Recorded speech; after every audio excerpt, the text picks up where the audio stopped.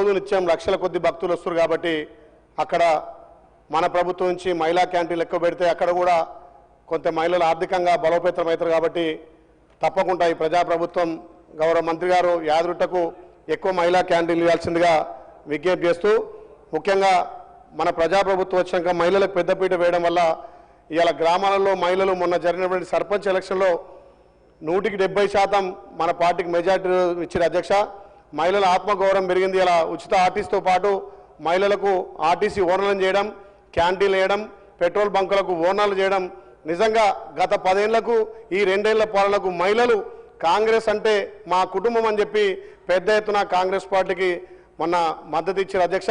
దాంతోపాటు మహిళలను ఆర్థికంగా అభివృద్ధి చేయడం కోసం గత ప్రభుత్వం విస్మరించినటువంటి వడ్డీల రుణాలు ఇప్పటికీ 3 దఫాలుగా మన ప్రభుత్వం మహిళలకు వడ్డీల రుణాలు ఇవ్వడం చాలా అదృష్టం. మహిళలను ఇంకా ఆర్థికంగా బలోపేతం చేయడానికి ఇది ఎంతో దోహదపడుతుందని తెలియజేస్తూ ఇక్కడ యాదగిరిగుట్టకు సంబంధించి తెలంగాణలో మొదటి తిరుపతిగా ఉంది కాబట్టి ఎక్కువ అక్కడ క్యాంటీన్ ఇవ్వాల్సిందిగా విజ్ఞప్తి చేస్తూ మన ప్రభుత్వం ద్వారా ఒక విజ్ఞప్తి అధ్యక్ష.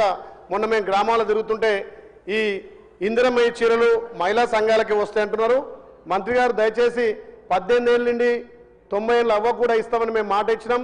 దాని ద్వారా గతంలో 60 రూపాయల చీర ఇచ్చి మహిళల ఆత్మగౌరవం దెబ్బతీసినటువంటి ఆ ప్రభుత్వానికి మన ప్రభుత్వం ఇలా పట్టు చీరగా ఒక తల్లిగారింటి కంచెలు వచ్చిన చీరగా ప్రతి ఒక్కరూ మా ప్రభుత్వం అందిస్తుంది, మా రేవంత్ అన్న మా పెద్దన్నగా అందిస్తుందని చెప్పింది. కాబట్టి మీరు ప్రతి అర్హులందరికీ 18 ఏళ్ళు నిన్న వాళ్ళందరూ కూడా ఇందిరమ్మ చీరలు ఇవ్వాల్సిందిగా మీ ద్వారా విజ్ఞప్తి చేస్తూ ఈ మహిళా క్యాంటీన్లు అనేది మహిళల ఆత్మగౌరవం పెంచి మహిళలను ఆర్థికంగా బలోపేతం చేయడానికి ఉపయోగపడని తెలియజేస్తూ మా మంత్రివర్యులు మా మీద దయించి మా యాదగిరిగుట్ట తెలంగాణ తిరుపతికి ఎక్కువ క్యాంటీన్ ఇవ్వాల్సిన విజ్ఞప్తి చేస్తున్నా. థ్యాంక్ యూ అక్క.